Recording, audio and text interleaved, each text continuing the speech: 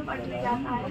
और हम जालौन से आए हैं सर। जालौन से? हाँ, अच्छा, तो पास में से, आप तो सबसे पास में से आए हैं। हाँ, लोग छपरा से भी आए हैं, बिहार से हाँ, और अयोध्या से भी। तो हम हाँ सर, इनकी थेरेपी हो गई है, पहले यहाँ रुके थे तो हम वहाँ से आए हैं सर। हम इनके पीछे पीछे से बातें ये सारा कुछ करते हैं, कहाँ जाना है, क्या करना है, सब कुछ यही बताते हैं। बस मैं यह सब कुछ तो पूरे मार्केट वगैरह सब कुछ मतलब बिल्कुल नॉर्मल जिंदगी जीती है। बहुत मार्केट से कोई भी चीज मंगानी है, कुछ भी एक एक पैसे का हिसाब, हर चीज सब कुछ बिल्कुल इतना समझदार तो कैसे हो गए? बिल्कुल दोनों हाथ कॉन्फिडेंस जेब में डाले।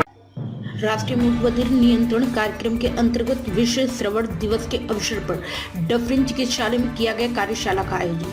65 नवजात बच्चों को करवाई गई OAE जांच। विश्व श्रवण दिवस के अवसर पर आज AHM डफरिन चिकित्सालय के सभागार में जिलाधिकारी जितेंद्र प्रताप सिंह की अध्यक्षता में एक कार्यशाला एवं नवजात बच्चों के लिए OAE जांच का आयोजन किया गया। इसमें कुल 65 नवजात बच्चों की OAE की गई।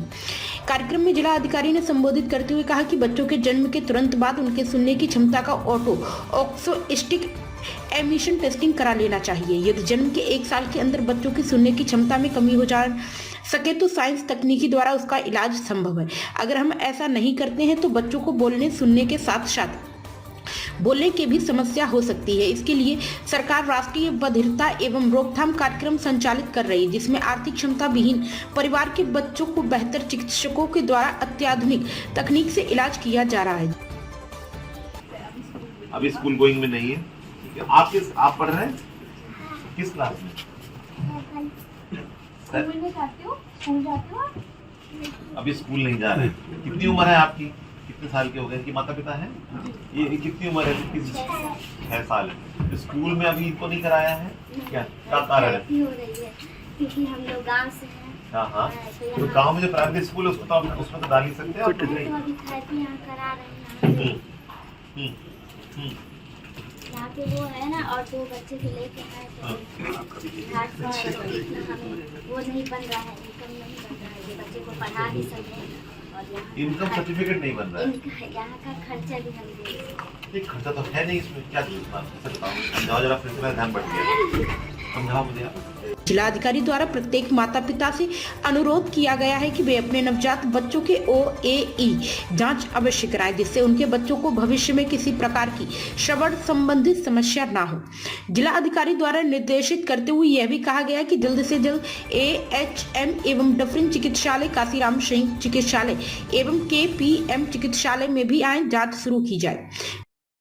आज AHM हॉस्पिटल कानपुर नगर में हम लोगों ने वर्ल्ड हियरिंग डे के 3 दिन बाद एक वर्कशॉप की है, जिसमें हमारी डॉक्टर रुचि जैन जी, हमारे CMO, और जो हमारे इस कार्यक्रम के कैटलिस्ट हैं डॉक्टर रोहित मल्होत्रा जी, और हमारे HODs डॉक्टर प्रवीण, और सभी लोगों ने पार्टिसिपेट किया है।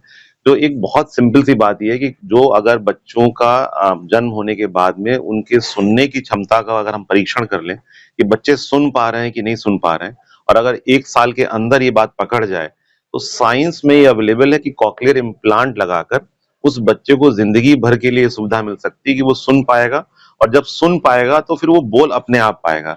सुन ना पाने से ही बोलना नहीं हो पाता है। तो कॉक्लियर इम्प्लांट साइंस में अवेलेबल है, easily doable. This is one. Second thing is कि जनपद में यहाँ पर डॉक्टर रोहित मल्होत्रा जो प्राइवेट हॉस्पिटल में है वो तो कर ही रहे, एक बड़े हॉस्पिटल वहां भी हो रहा है। मेडिकल कॉलेज भी ऑथराइज इसके लिए है, और हम लोगों की कार्य योजना है कि उर्सला में भी, काशीराम में भी, और इस हॉस्पिटल में भी, क्योंकि हमारे पास ENT सर्जन्स हैं, तो कॉक्लियर इम्प्लांट की सुविधा शुरू कर दें। इस समय स्टेट में SGPGI में भी, राम मनोहर लोहिया में भी, KGMC में भी ये सुविधा उपलब्ध है कि कान में कॉक्लियर इम्प्लांट किया जा सकता है और बच्चे की हियरिंग कैपेसिटी 100% ऑलमोस्ट रेस्टोर हो जाती है। खास तौर से तब यदि वो शुरुआत के महीना, 2 महीना, 3 महीना में अगर पकड़ जाए। 5 वर्ष तक इंटरवेंशन हो सकता है, लेकिन बेस्ट रिजल्ट तभी आएंगे जब 1 साल से पहले हो जाए और 1 साल से पहले इम्प्लांट लग जाए। चौथी बात यह कि सरकार की योजना भी है national program for prevention and control of deafness. उसमें गवर्नमेंट ने भी इंटरवीन किया है कि कॉक्लियर इम्प्लांट के लिए जो हमारा सामाजिक अधिकारिता मंत्रालय है भारत सरकार का, और जो हेल्थ मिनिस्ट्री है, उसमें अलायंस है कि हम बच्चों को, गरीब परिवार के बच्चों को फ्री में 100% कॉक्लियर इम्प्लांट कर सकते हैं। उसमें जो भी कॉस्ट आती है, काफी 10 लाख से ऊपर आ जाती है, परंतु वो फ्री है। और इसमें जो बीपीएल की जो सीमा है वो भी हेल्दी है कि अर्थात किसी परिवार की आय यदि 2,70,000 रुपए या उससे कम है, करीब 20-22 हजार पर महीना से कम है, तो उस व्यक्ति को 100% फ्री कॉस्ट पर सरकार ये फैसिलिटी दे रही है।